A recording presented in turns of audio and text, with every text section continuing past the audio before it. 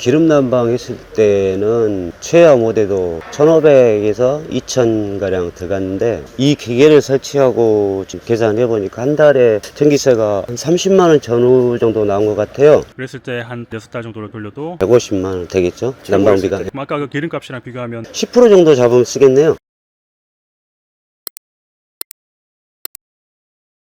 반갑습니다, 대표님. 네, 안녕하세요. 자기소개 좀 부탁합니다. 저는 전남 화순 도곡면에서 토마토 농사를 짓고 있는 박경정이라고 합니다. 방울토마토 농사는 언제부터 지으셨어요? 지금 22년 넘은 것 같습니다. 토마토 농사만. 원래는 무슨 일 하셨어요? 직장에 다니다가 27살에 기농했습니다. 하우스가 여러 군데 분산돼 있습니까? 세 군데 있습니다. 제일 큰 농장은 2000평, 600평, 비가리 mon실 500평. 여기는 몇 평이고 몇 년동 하우스입니까? 삼연동에 600평 면적의 대추 방울토마토 농장입니다. 이 하우스는 언제 식재해서 언제부터 수확할 수 있습니까? 10월 1일에 정식해서 12월 중순 첫 수확이 가지 않느냐 생각됩니다. 이 작기가 언제까지 가나요? 3월 말, 4월 초순까지 3,000평은 몇 명이서 지금 관리하고 계세요? 상시 인력은 2명. 3,000평에서 나오는 수확량이 대략 얼마 정도 됩니까? 저희가 이기적으로 토마토 생육을 하는데 주당 개념으로 봤을 때 1년에 5kg 생산을 해야 되지 않느냐. 지금 그러면 600평에서 몇 주 정도가 식재돼 있습니까? 600평에 평당 9주 계산하면 5,400주? 토마토를 몇 타반까지 하나 생육이나 모든 병해충이 안정적이다면 11단, 12단까지 가는 생육 방식입니다. 대표님 농장 판로는 어떻게 됩니까? 농협의 일과 공선회출하고 있습니다. 제일 많이 들어가는 고정 비용이 뭔가요? 가장 많이 들어가는 것은 첫째가 인건비,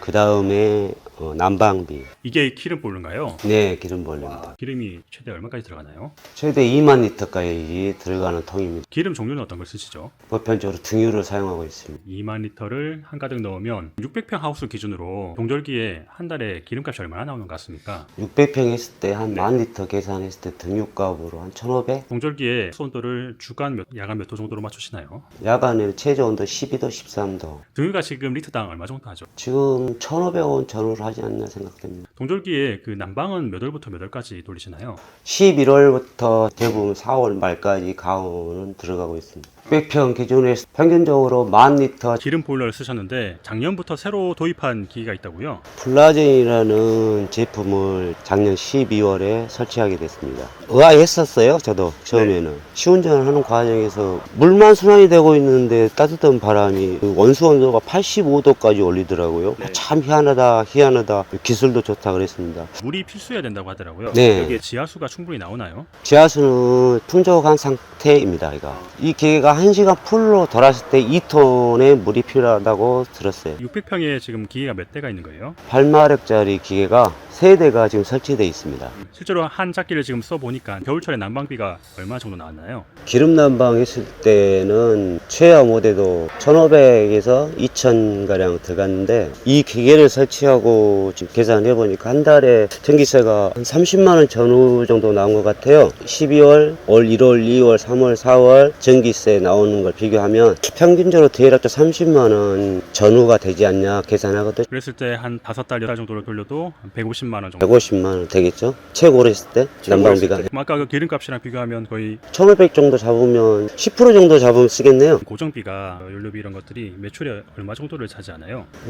보편적으로 이 원식 관리비까지 하면 거의 60%, 70% 차지하지 않냐. 겨울철에 이제 평균 온도를 올려준다는 뜻이 난방비를 절감하는 효과도 있지만 작물의 생육이나 토마토의 품질에도 영향을 줍니까? 당연히 난방 시스템에 따라서 작물의 변화는 있습니다. 덕트 방식, 가온 방식은 직접적인 바람이 유입되는 게 아니라 덕트에 전달되는 뜨거운 열로 인해서 이 원시를 가온하기 때문에 바람으로 인해서 식물체가 흔들린다든가 그런 유동이 없는 지금 방식으로 하다 보면 아무래도 안정적이겠죠. 최저 온도를 맞추는 것과 못 맞추는 것에 따라서 출하 시기도 달라지지 않습니까? 토마토 열매가 원하는 적산 온도가 60일이 수확할 수 있는 시기라면 적산 온도가 안 차서 65일, 80일도 가겠죠? 수확 시기가 그만큼 당겨진다는 것은 농가 소득에도 도움이 되죠. 그러죠. 야간의 온도가 얼마나 안정적으로 잡아 나가고 있냐에 따라서 토마토 생산량, 생육 모든 게 결정이 되기 때문에 토마토 재배하는 농가에 필수적이라고 보시나요? 모든 가온 시설은 필수적인데 딸기 농가를 설치를 하면 공기순환이 되기 때문에 공판이라든가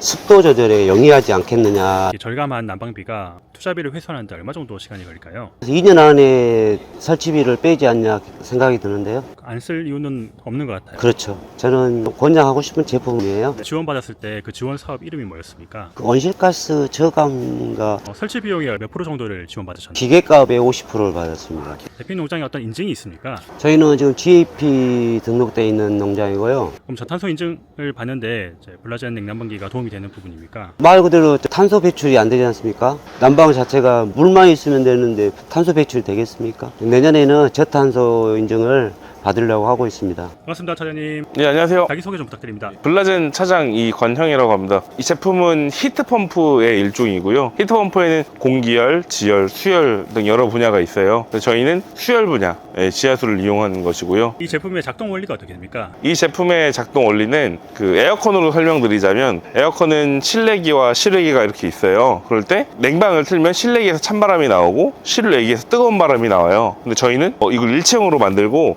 실외기의 역할을 물로 했어요. 이렇게 한 이유는 여름에는 영상 35도, 또 겨울에 영하 15도, 20도도 떨어지잖아요. 근데 지하수는 연중 13도에서 15도를 일정 동일해요. 그래서 이 온도대에서 냉난방을 하면 효율적으로 되게 잘 나올 수 있어요. 이 기계는 지하수를 얼마 정도 필요로 합니까? 지하수는 이 제품은 팬 2개짜리 8마력 모델인데요. 이 제품은 시간당 2톤의 유량이 최대 필요하고요. 그러면 이 하우스는 지금 600평짜리 3연동 하우스라고 하는데 여기에는 8마력짜리 3대가 들어있다고 합니다. 예, 이게 평균적인 필요한 양인가요? 예, 그렇습니다. 200평에 보통 한 대가 들어가는데요. 3종 보온 커튼 시설일 때, 그리고 딸기 엽채류는 뭐 영하 15도 때 10도에서 12도 잡을 때 들어가고요. 토마토라고 했을 때는 만약 영하 13도 때 15도까지 잡으려면 150평에 한 대가 들어가는 게 맞고요. 기계에 필요한 시간당 최대 2톤을 쓰기 위해서 지하수 충분한지 테스트를 해봐야 되는 건가요? 예, 맞습니다. 지하수 사실 두 가지가 있는데, 안반수를 뚫어서 한 진짜 지하수가 있고 6m에서 흡상하는 건수, 지표수가 있어요. 토출을 해봤을 때 20리터 말통에 받아봐요. 이게 지하수 업자들이 하는 방식인데, 20리터 말통에 9초에 받아지면 시간당 8톤이고요 12초에 받아지면 시간당 6톤이에요 시간당 유량을 계산해보고 기계를 몇 대 할 수 있는지 추정하는 거죠. 토출 배관을 확인하기가 어렵다라고 하면 5톤 탱크의 물을 받아보는데 30분에 받아졌어요. 그럼 시간당 10톤인 거죠. 이런 식으로 측정할 수 있습니다. 블라젠 제품은 어느 농가에 가장 많이 사용이 됩니까? 아무래도 딸기 농장에서 이제 분화 처리를 할 때 냉방이 필요하다 보니까 필수적으로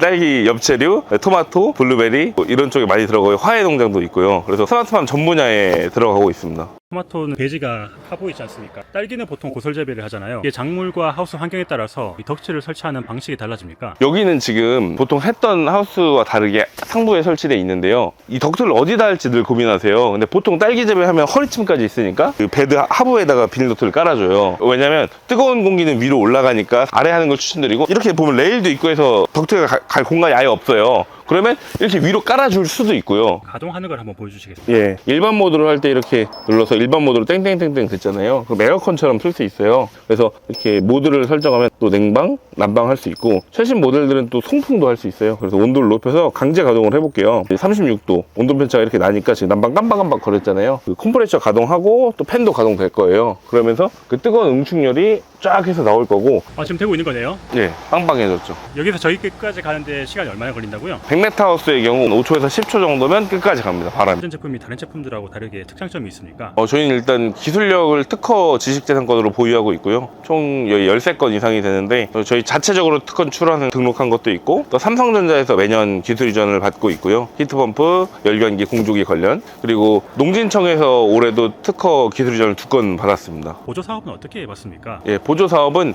지자체마다 다른데요. 그래서 각 지자체에, 예를 들어 뭐 여기가 화순이면 화순군 농업기술센터의 기술보급과에서 먼저 노크를 하고요. 두 번째로 화순군의 농정과에 가서 냉난방기, 난방기 지원 사업이 있는지 확인해 보면 좋을 것 같습니다.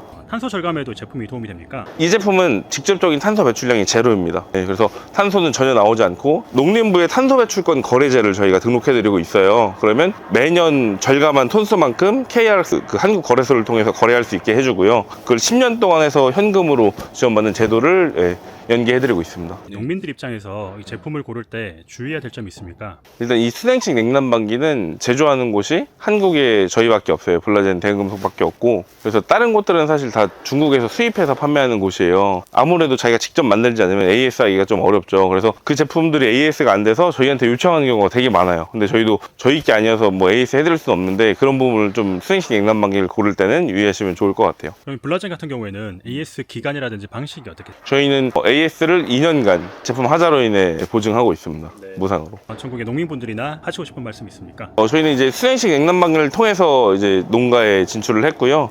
그렇지만 이제 지하수가 없는 지역도 저희가 제품을 보급할 수 있도록 하기 위해서 공기열 히트펌프도 제조를 하고 있습니다. 그 제품도 많은 관심 부탁드리겠습니다. 네, 감사합니다. 고맙습니다. 앞으로 혹시 목표나 계획 있으신가요? 앞으로 계획은 기존에 있는 원시를 더 현대화시켜서 소비자들한테 더 품위가 있는 농산물을 생산하는 게 주 목적이라고 계획입니다.